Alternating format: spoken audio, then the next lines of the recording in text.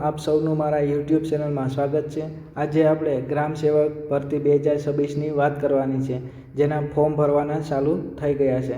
તેની ટોટલ જગ્યાની વાત કરીએ તો 500 પ્લસ ટોટલ જગ્યા છે અને પગાર ધોરણની વાત કરીએ તો 26,000 એટલે 5 વર્ષ માટે 26,000 પગાર રહેશે અને 5 વર્ષ પછી પગાર વધવા પાત્ર રહેશે। અને પોસ્ટનું નામ જોઈએ તો ગ્રામ સેવક એટલે કે જિલ્લા પંચાયતમાં ગ્રામ સેવકનું પદ હોય છે, ત્યાં આપણે જોબ કરવાની રહેશે।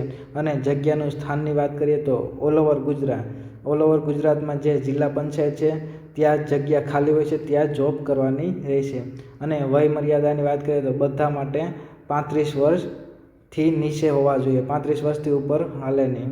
અને છૂટછાટની વાત કરીએ તો મહિલા માટે 5 વર્ષની છૂટ, એટલે મહિલા એટલે ગમે તે મહિલા જનરલની હોય કે અનામતની 5 વર્ષની છૂટછાટ મળશે। અને SC ST પુરુષને 5 વર્ષની છૂટછાટ રહેશે, ST ST મહિલાને 10 વર્ષની છૂટછાટ રહેશે અને વિકલાંગ પુરુષને 10 વર્ષની છૂટછાટ રહેશે।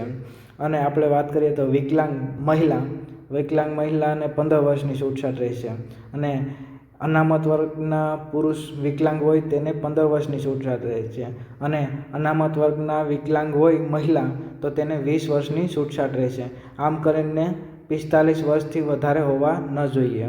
અને માજી સૈનિકની વાત કરીએ તો સરકારના નિયમ અનુસાર એજમાં છૂટછાટ મળવા પાત્ર રહેશે।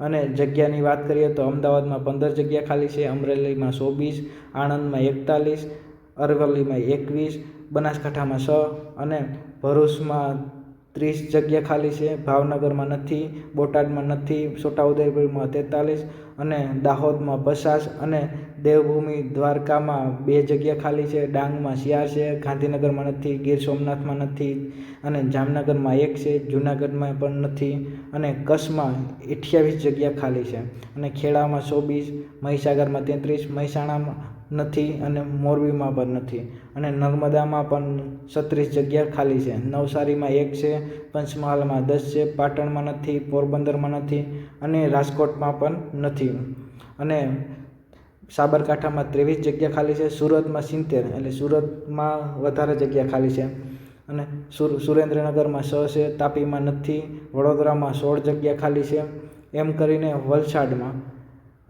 પણ 16 જગ્યા ખાલી છે અને વાવ થરાદ હમણાં જે તાજેતરમાં નવો જિલ્લો બન્યો છે તેમાં પણ જગ્યા નથી। ટોટલ જગ્યા 500 જગ્યા છે।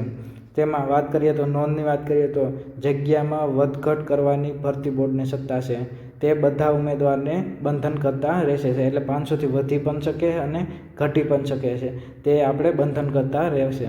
અને પરીક્ષાનો સિલેબસની વાત કરીએ તો જનરલ નોલેજ એટલે ઇતિહાસ, ભૂગોળ ને બધું, તેમાં સાંસ્કૃતિક વારસો ને બધું આવી જાય, તેના 35 માર્ક રહેશે અને ગણિત રીઝનિંગના 25 માર્ક રહેશે, ગુજરાતી ગ્રામરના 20 માર્ક અને ઇંગ્લિશના 20 માર્ક રહેશે।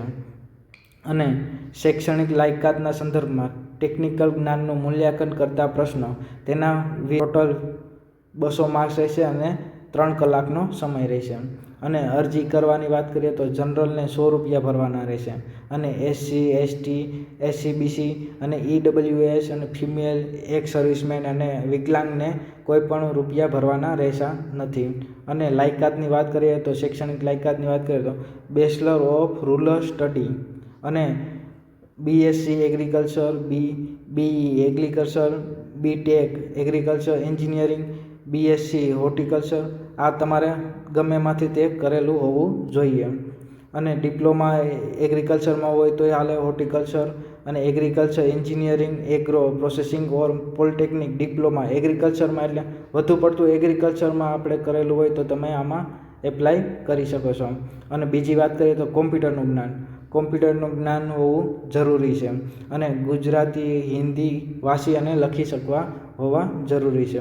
અને તારીખની વાત કરીએ તો મહત્વની તારીખ, જાહેરાત 16 એપ્રિલ 2026ની થઈ ગઈ છે અને ફોર્મ ભરવાનું પણ 16 એપ્રિલ 2026થી ચાલુ થઈ ગયું છે। ફોર્મ ભરવાની છેલ્લી તારીખ 7 મે 2026ની છેલ્લી તારીખ છે, એટલે વહેલા તે પહેલાં એપ્લાય કરી દેવું। અને ઓફિશિયલ વેબસાઇટ, આ તેમની ઓફિશિયલ વેબસાઇટ છે, તેમાંથી તમે વધારે માહિતી જોતી હોય તો તમે ડાયરેક્ટ ક્લિક કરીને તમે વધારે માહિતી લઈ શકો છો। અને ઓનલાઈન એપ્લાય કરવા માટે ojas.gujarat.government.in આ વેબસાઇટ ઉપરથી તમે ડાયરેક્ટ એપ્લાય કરી શકો છો. તો દોસ્તો, આવા જ જોબને લગતા વિડીયો જોવા માટે મારું ચેનલ સબસ્ક્રાઈબ જરૂરથી કરજો અને તમને આ વિડીયો સારો લાગ્યો હોય તો લાઈક અને શેર જરૂરથી કરજો. Okay, thank you.